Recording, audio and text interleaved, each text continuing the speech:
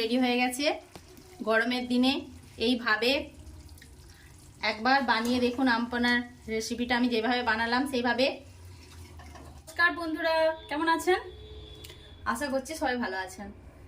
গরমে নিজেদের খেয়াল রাখবেন, পরিবারের সকলের খেয়াল রাখবেন।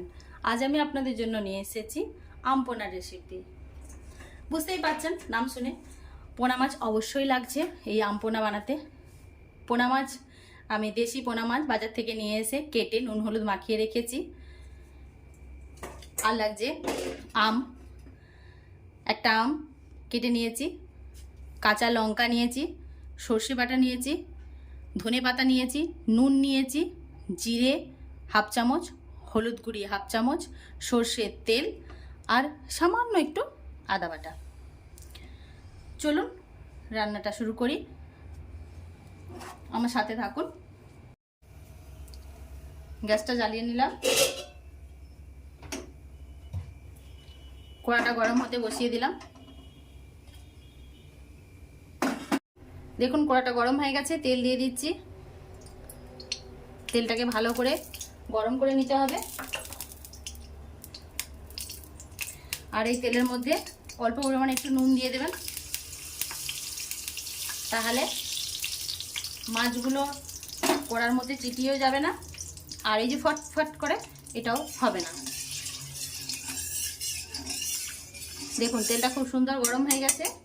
আমরা একে করে মাছগুলোকে ছেড়ে দেব।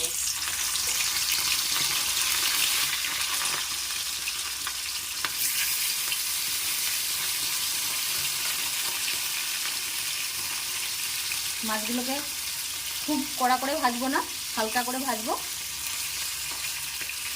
কারণ খুব কড়া করে মাছটা ভাজলে মাছের মধ্যে টেস্ট থাকে না ভালো।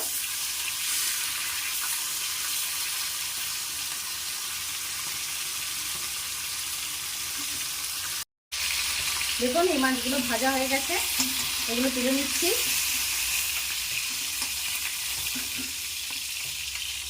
আবার বাকি মাছগুলো আমি ভাজতে বসিয়ে দিচ্ছি।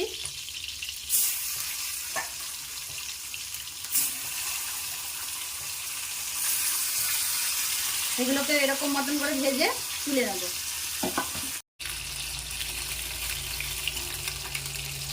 দেখুন মাছগুলো আমার ভাজা ভাজা হয়ে গেছে,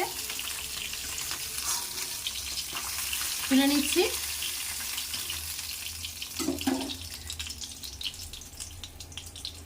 ঠিক আছে, এরপরে একটু সর্ষে ফোড়ন দিলাম, আমগুলো দিয়ে নেব। আমগুলো দিয়ে একটু তেলের মধ্যে আমগুলোকে একটু নাড়াচাড়া করে নেব।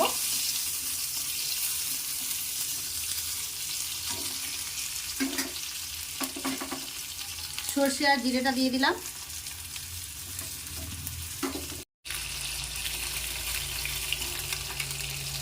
দেখুন মাছগুলো আমার ভাজা ভাজা হয়ে গেছে,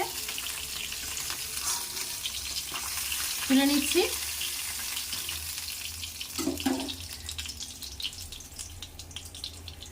একটু সর্ষে ফোড়ন দিলাম, আমগুলো দিয়ে নেব। আমগুলো দিয়ে একটু তেলের মধ্যে আমগুলোকে একটু নাড়াচাড়া করে নেব।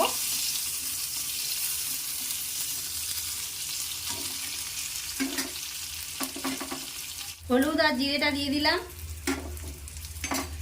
সর্ষেটা দিয়ে দিলাম, একটু আদা বাটা সেটা দিয়ে দিলাম। নুনটা পরিমাণ মতো দেবেন, দিয়ে একটু নাড়াচাড়া করব। লঙ্কাগুলো দিয়ে দিচ্ছি, আর আমটা সেদ্ধ হওয়ার জন্য জল দিয়ে দিলাম।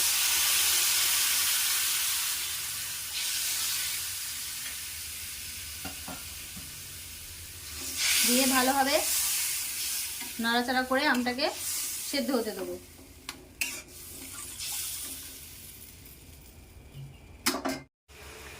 দেখুন এটা ফুটতে শুরু করে দিয়েছে এবং আমটাও অনেকটাই সিদ্ধ হয়ে গেছে। এই সময় আমরা মাছগুলো এর মধ্যে দিয়ে দেবো।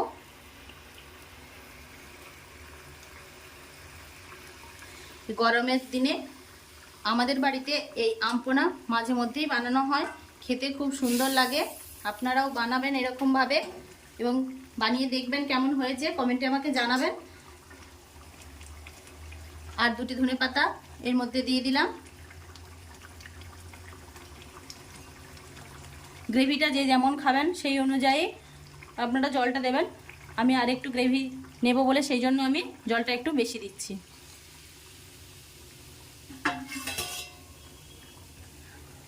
আর ঢাকা দিয়ে দিলাম। এটা মিনিট 5 ধরে ফুটে ভালোভাবে সেদ্ধ হয়ে যাক, তারপর দেখাচ্ছি। ঢাকাটা খুলে নিয়ে দেখি মাছটা কেমন রান্না হয়েছে। দেখুন আমার মাছটা সুন্দর হয়ে গেছে। এই সময় আমরা একটু ঝালটা আর নুনটা টেস্ট করে নেব। হ্যাঁ, আমার একদম ঝাল এবং নুন ঠিকই আছে। আপনারা আপনাদের মতন ঝালটা এবং নুনটা দেবেন। আমি উপর থেকে ধনেপাতা ছড়িয়ে দিলাম। দেখুন আমার রান্নাটার কত সুন্দর রং এসেছে। মাছটাও খুব সুন্দর সিদ্ধ হয়ে গেছে। আমি গ্যাসটা অফ করে দিচ্ছি। আমার আমপোনা একদম রেডি হয়ে গেছে। গরমের দিনে এইভাবে একবার বানিয়ে দেখুন। আমপোনার রেসিপিটা আমি যেভাবে বানালাম সেইভাবে, খেতেও খুব ভালো লাগবে আর শরীরের পক্ষেও খুব ভালো। আমার এই ভিডিওটা যদি আপনাদের ভালো লাগে তাহলে আমার ভিডিওটা লাইক করবেন, শেয়ার করবেন এবং কমেন্ট করবেন কেমন লাগলো আপনাদের এই আমপোনা রেসিপিটা। আর যদি ইউটিউব চ্যানেল থেকে দেখেন তাহলে আমার চ্যানেলটা সাবস্ক্রাইব করে দেবেন। আর ফেসবুক থেকে দেখলে ফেসবুক পেজটা লাইক ও শেয়ার করবেন এবং কমেন্ট করবেন। আপনারা ভালো থাকুন, সুস্থ থাকুন। আবার দেখা হচ্ছে পরের একটা ভিডিওতে।